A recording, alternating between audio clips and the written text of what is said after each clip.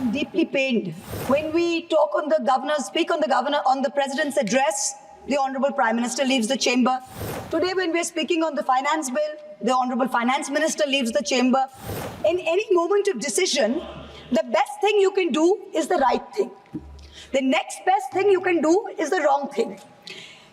And the worst thing you can do is nothing. The Honorable Finance Minister has made a mockery of the people of India in this union budget by doing absolutely nothing. Trinamool Congress (TMC) सांसद महुआ मोइत्रा ने लोकसभा में budget पर भाषण दिया। उन्होंने budget में की गई कटौतियों पर सरकार को घेरा। सांसद महुआ मोइत्रा ने बड़ा आरोप लगाते हुए कहा कि एक कारोबारी के यहां से जांच एजेंसियों के अधिकारियों को नेताओं के खिलाफ एक्शन के लिए फोन आते हैं।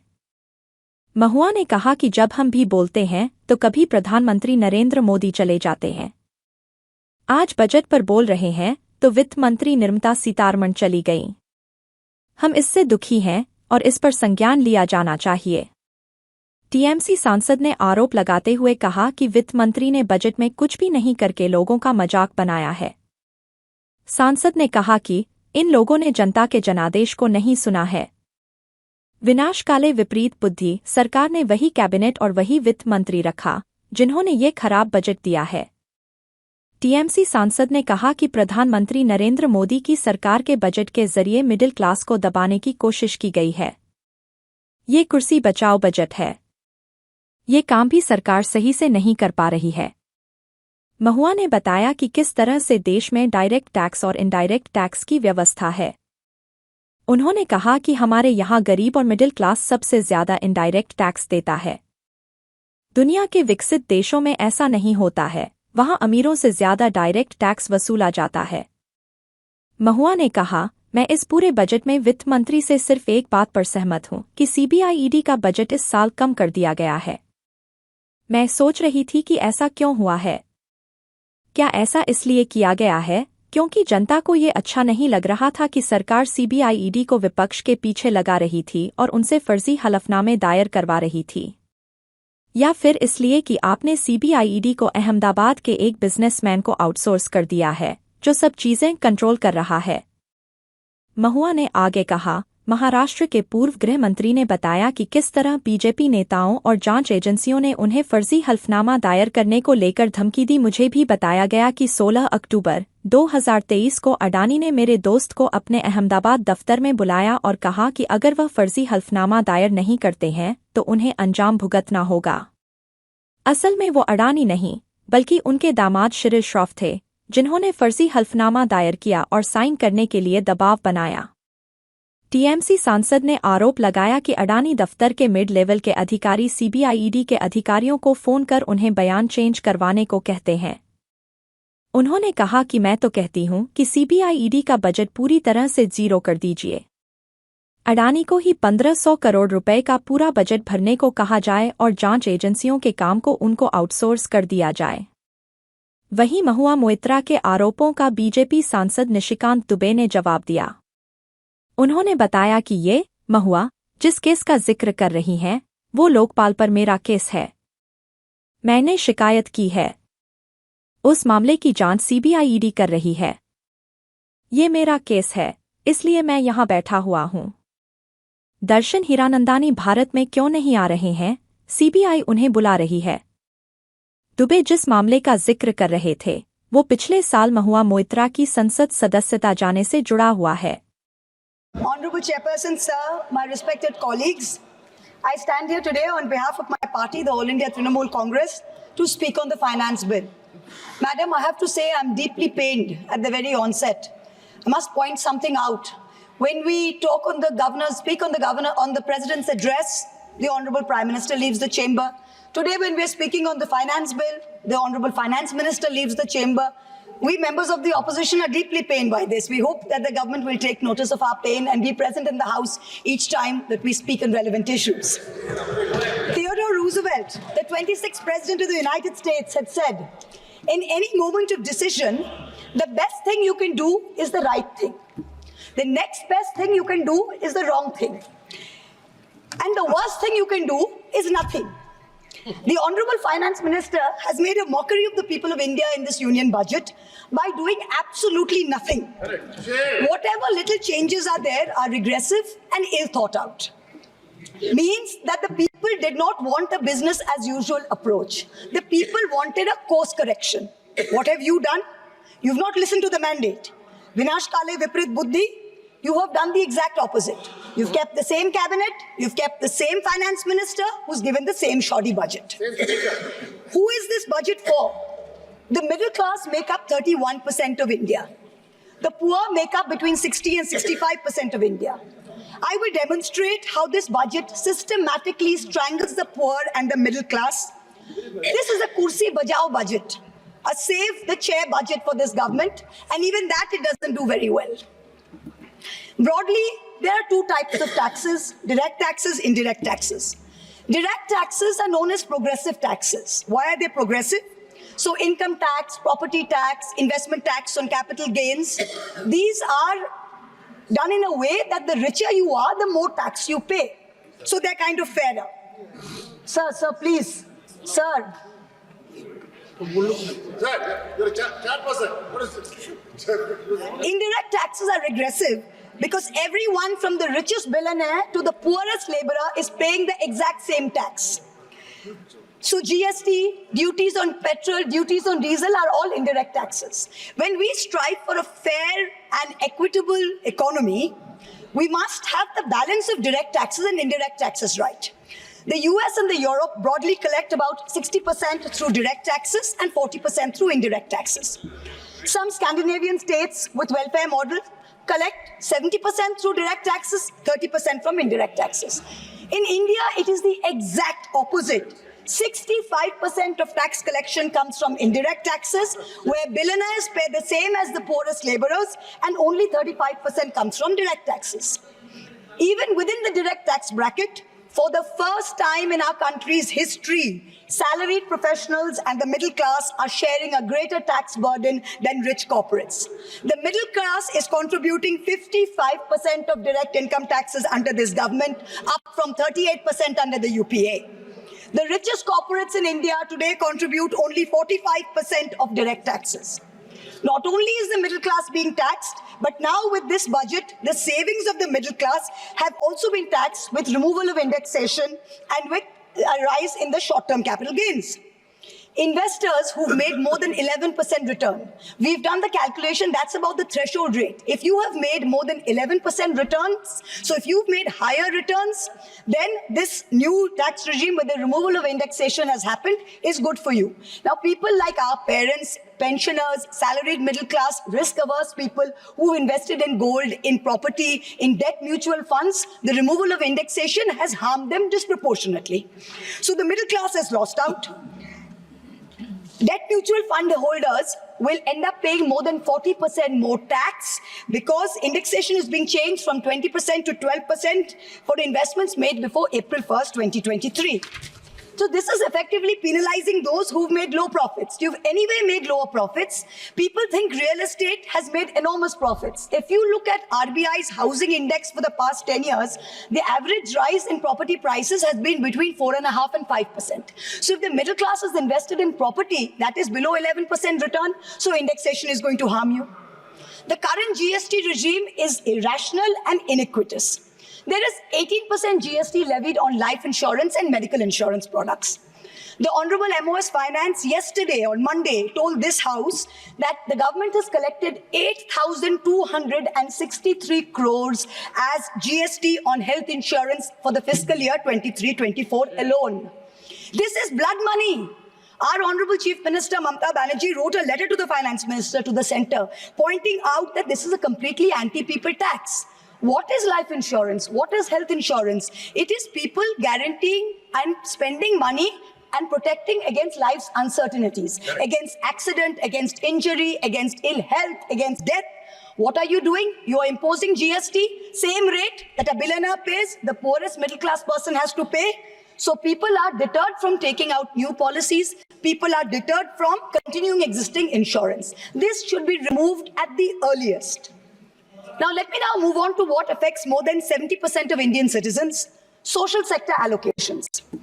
The general trend over the past decade in every budget in the last 10 years, of which our Honorable Finance Minister has presented 7, has been in nominal terms, you have allocated more money to the social sector.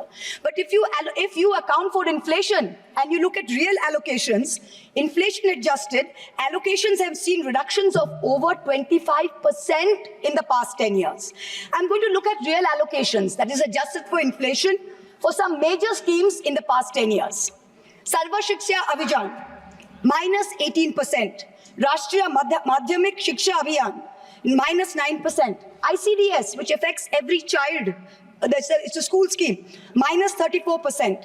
Mission Anganwadi, minus 5%. PM Poshan, minus 45%. PMGSY, those of us who have rural areas, the Pradhan Mantri Gram Sadak Yojana scheme, minus 47% reduction in real terms. The National Social Assistance Program, minus 20%.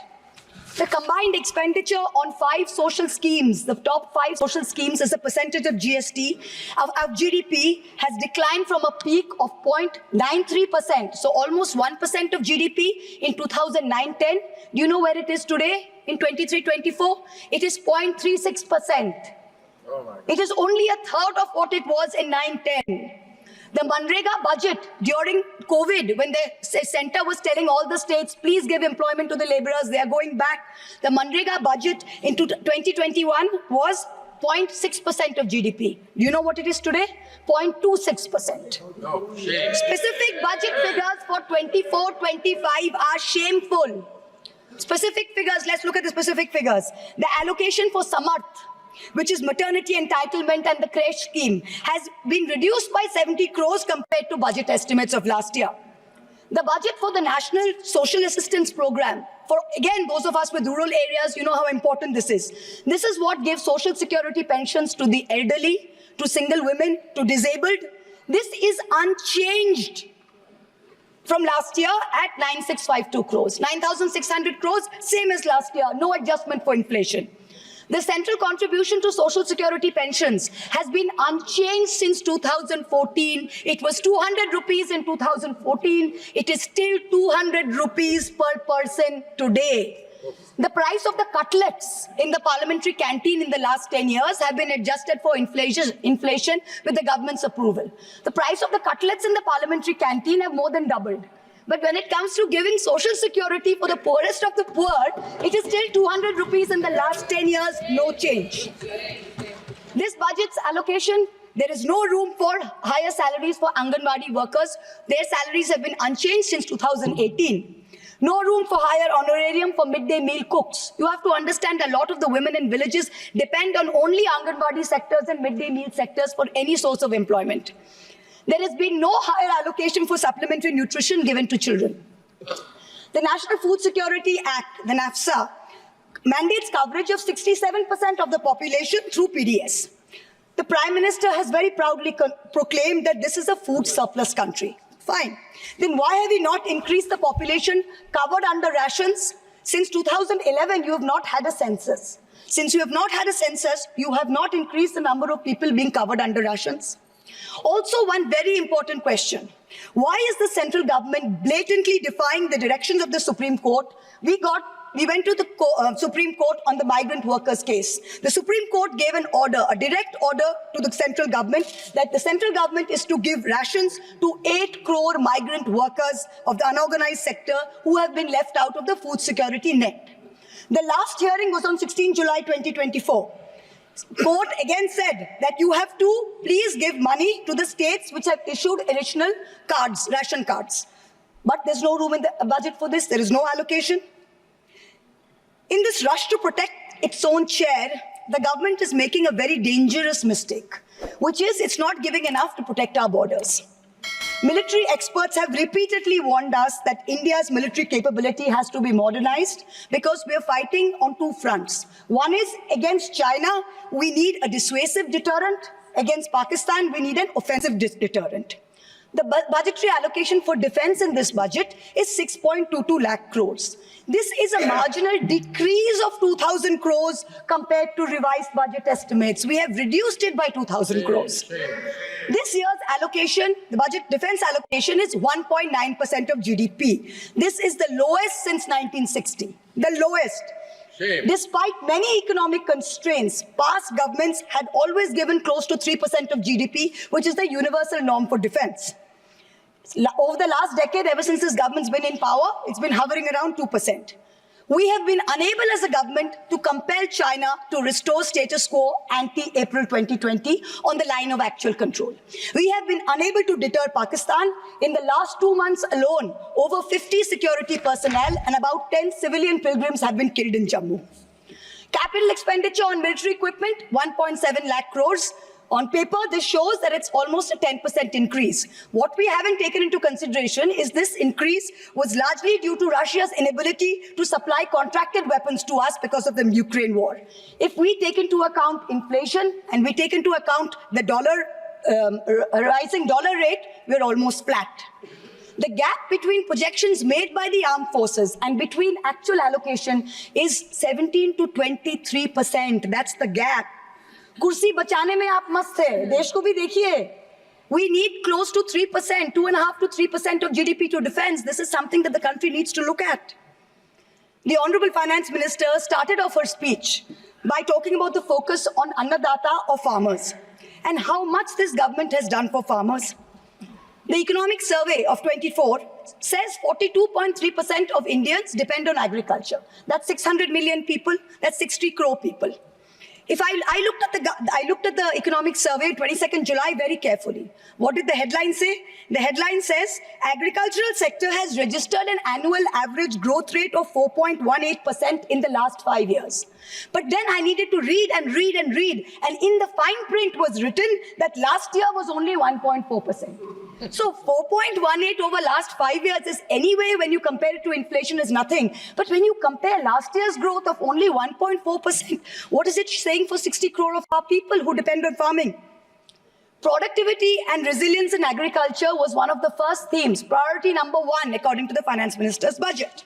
She had made 9 priorities. This was priority 1. But the provision for agriculture and allied sectors is only 1,52,000 crores. Whereas the provision for one bullet train from Ahmedabad to Mumbai is 1,08,000 crores. Please look at the comparisons, everybody. Priority 2, Finance Minister said, is employment and skilling. This government has got the worst track record of creating jobs. India has more jobs in the informal sector, not in the formal sector. The budget is talking of an internship program with the top 500 companies. This is a joke. The top 500 companies employ 70 lakh people in total. That is 1% of the total workforce. Our workforce is about 57 crores. You are expecting companies which have a total which employ 70 lakh people to give employment to 1 crore interns. Please let us know how this is going to happen. I'm really curious.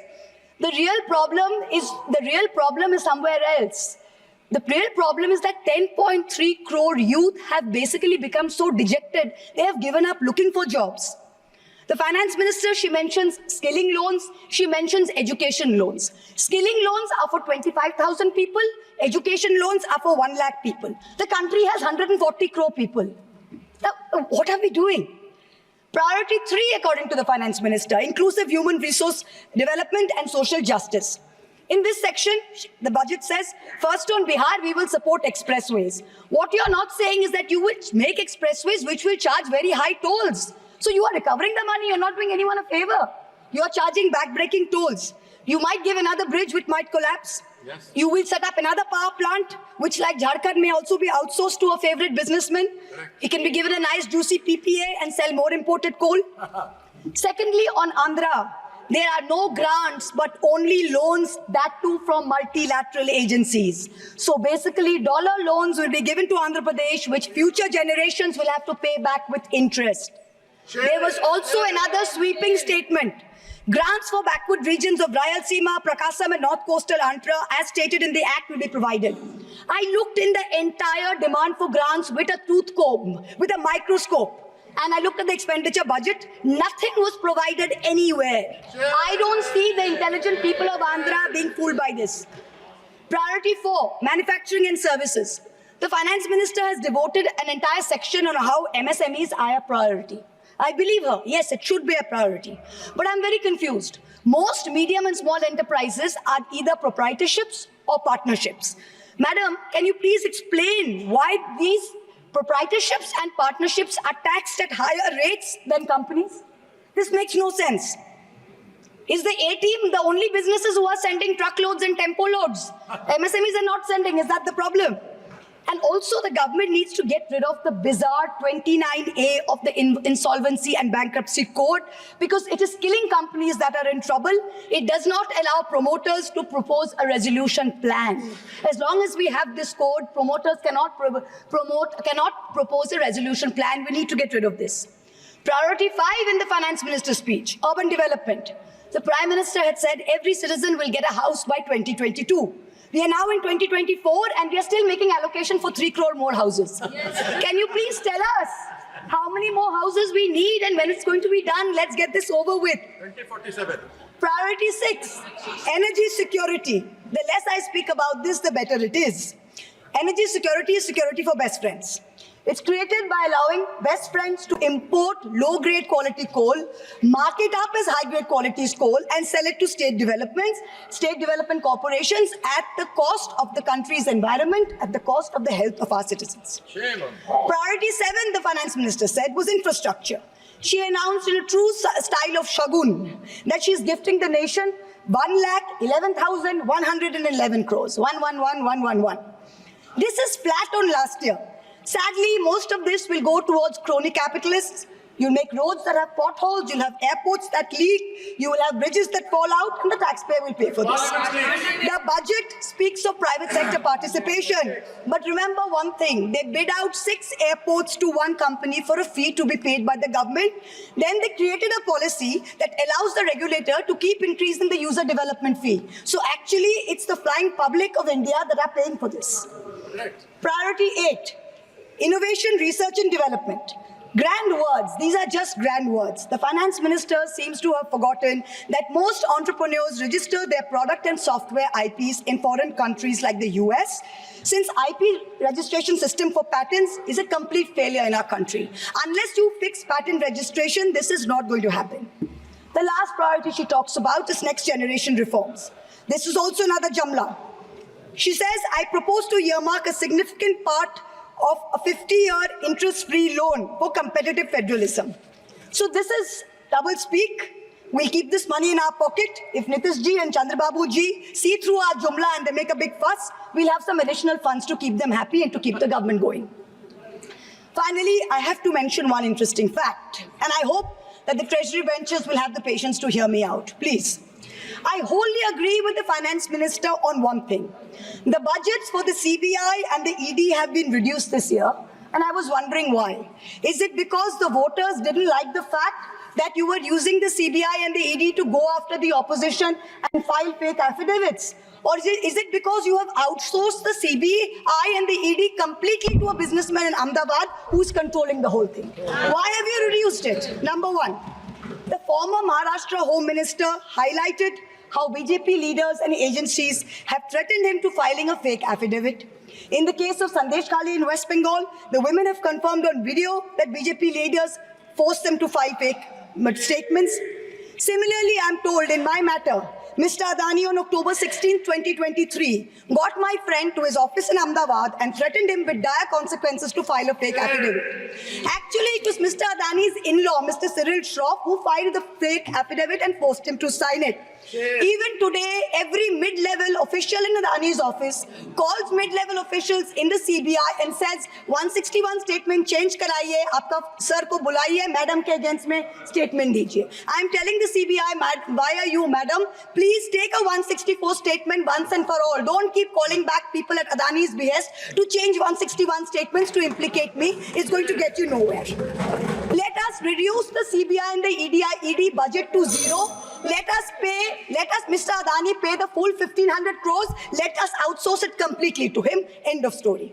In short, this Kursi Bajao budget is a desperate attempt by the government to stick its head in the sand and act like that the mandate of 2024 never happened.